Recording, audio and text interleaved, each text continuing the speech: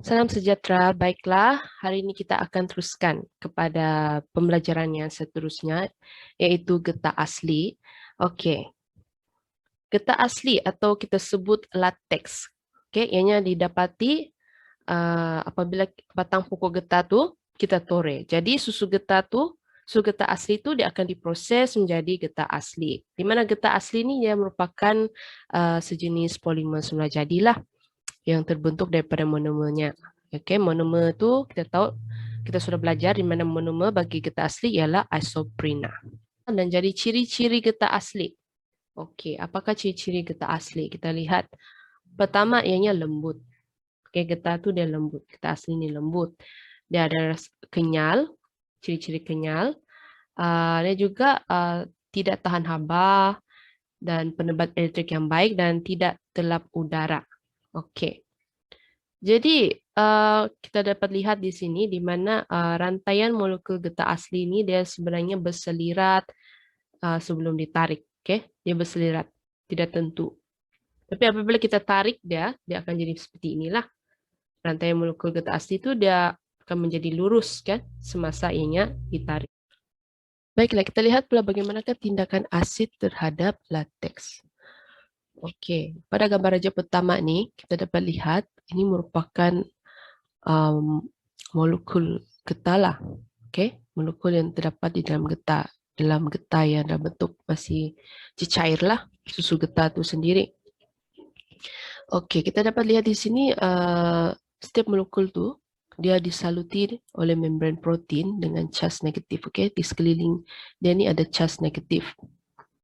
Jadi disebabkan molekul-molekul ini bercharge negatif, jadi mereka ni kita tahu negatif dengan negatif mereka akan saling menolak kan? Sebab sama charge kan, negatif dengan negatif menolak. Jadi itulah sebabnya susu getah tu dia dapat kekal lah dalam bentuk cecair kerana molekul di dalamnya saling menolak.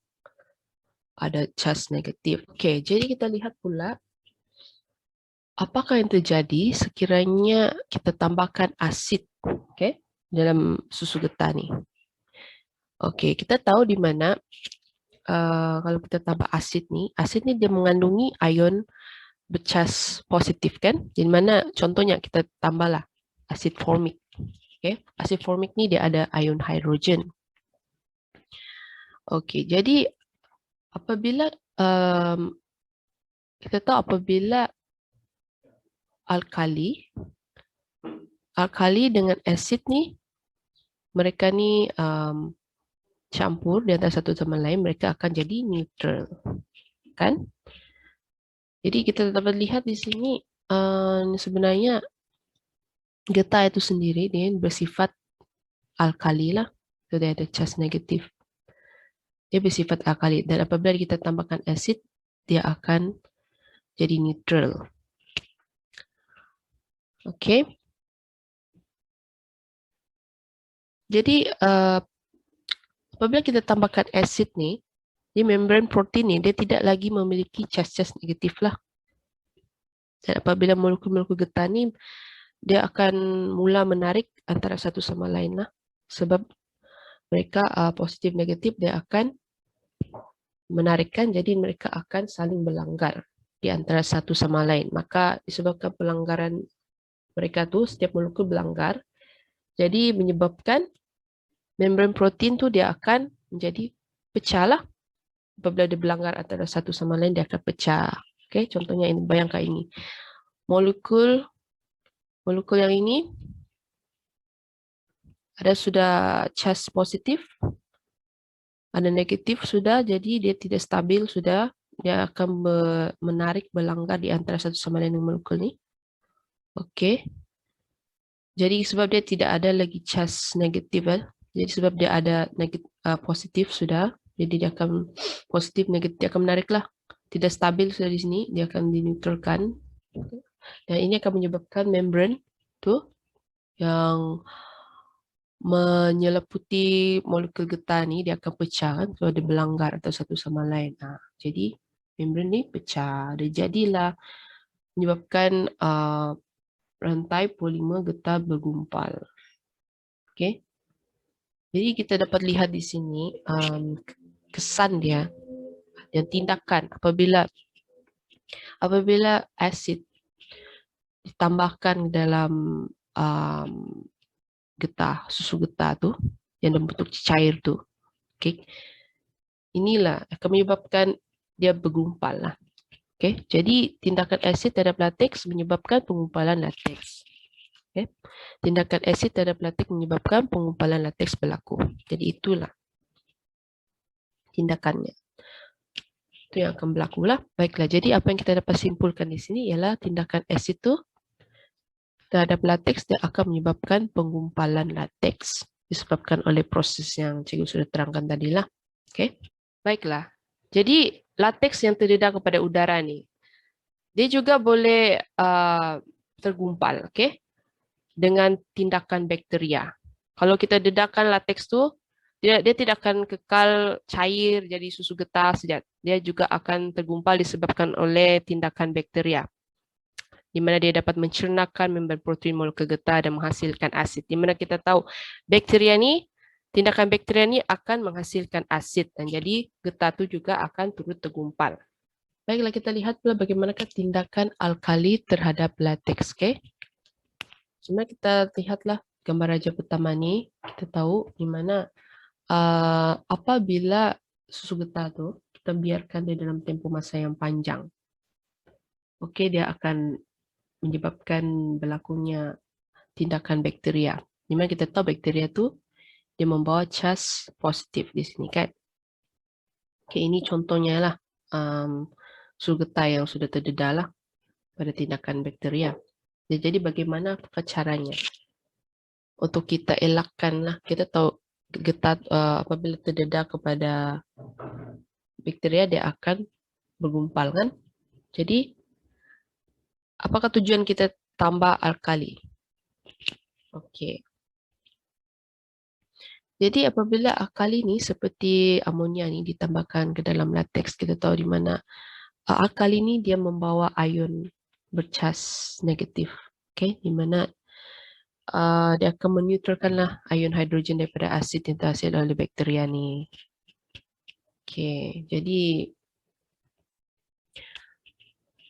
maksudnya di sini alkali yang ditambah tu dia dapat mencegah penggumpalan lateks daripada berlaku.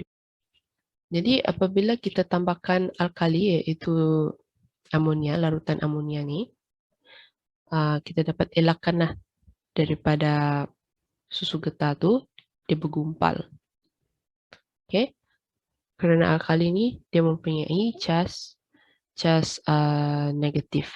Jadi cas negatif tu, okey, pada membran protein dia akan kekal dan dia akan saling menolak yang satu dengan lain dan menjadikan lateks kekal sebagai cecair. Okey. Jadi kali ini kita boleh gunakanlah untuk mencegah berlakunya penggumpalan lateks ni.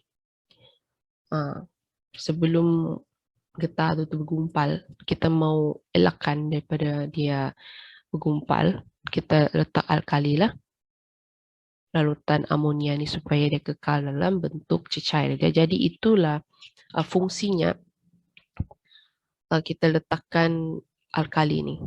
Tindakan alkali terhadap lateks. Jadi apa yang kita dapat simpulkan, tindakan alkali terhadap lateks dapat mengekalkan lateks tu dalam keadaan cecair. Okey.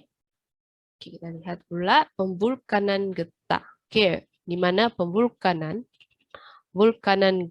getah ni, pemvulkanan ni merupakan proses pemanasan getah pada suhu 160 degree Celsius bersama sulfur. Okey, dan proses ini kita panaskan getah pada suhu 160 degree Celsius bersama dengan sulfur.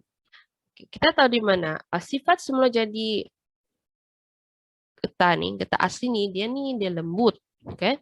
Tidak tahan haba, dia tidak sesuai untuk kita buat bahan seperti tayar kenderaan semua tu. Jadi dia lembut, tidak sesuai, tidak keras. Jadi inilah struktur dia, rantai polimer getah asli ini dia macam ni. Jadi kita perlukan struktur yang lebih kuat. Jadi kita lihat apabila kita panaskan getah tu bersama sulfur, dia akan membentuk rangkaian silang sulfur. Ini akan lebih kuatlah. Ini adalah getah terbuka. Jadi getah tu dia akan lebih kuat. Apabila daya tu kita kenakan pada rantai polimer getah yang tervulkan nih, kita kenakan daya nih. Jadi dia akan sukar untuk menggelongsor, dan apabila kita kenakan haba, struktur molekul getah terbuka ini juga sukar untuk diputuskan lah. Jadi maka getah terbuka ini adalah lebih keras dan yang mempunyai ketahanan terhadap haba yang lebih tinggi. Oke, jadi dengan hasilnya getah terbuka ini kita dapat menghasilkanlah bahan-bahan yang lebih kuat. Dimana kerana getah yang terbuka ini dia lebih keras, kan? Lebih keras, tahan terhadap haba yang tinggi. Jadi kita dapat hasilkan tayar kereta, sarung tangan getah dan juga tapak kasut lah daripada getah. Oke, jadi tokoh sains, kita lihat dulu di sini. Tokoh sains, Charles Goodyear. Oke, dia di mana beliau lah yang menemui kaidah pemvulkanan getah nih pada tahun 1839. Di mana beliau nih dia memanaskan satu campuran getah asli dengan 1 hingga 3% sulfur mengikut jisimnya. Jadi dia dapat lihatlah kalau getah tu dia dipanaskan dengan sulfur, dia akan jadi lebih kuat. Oke, ciri-ciri getah tervulkan. Oke, di mana ciri-ciri getah terbuka ni dia merupakan penebat elektrik yang baik. Oke, dia lebih keras, lebih kenyal, tahan haba, dia tidak telap terhadap cecair dan udara. Oke, dan tidak bertindak balas dengan asid dan alkali dan tidak mudah teroksida. Dan jadi dia ni amat sesuai lah untuk digunakan dalam industri pembuatan semua. Kita dapat menghasilkan banyak bahan-bahan berasaskan getah yang lebih kuat dan keras. Oke.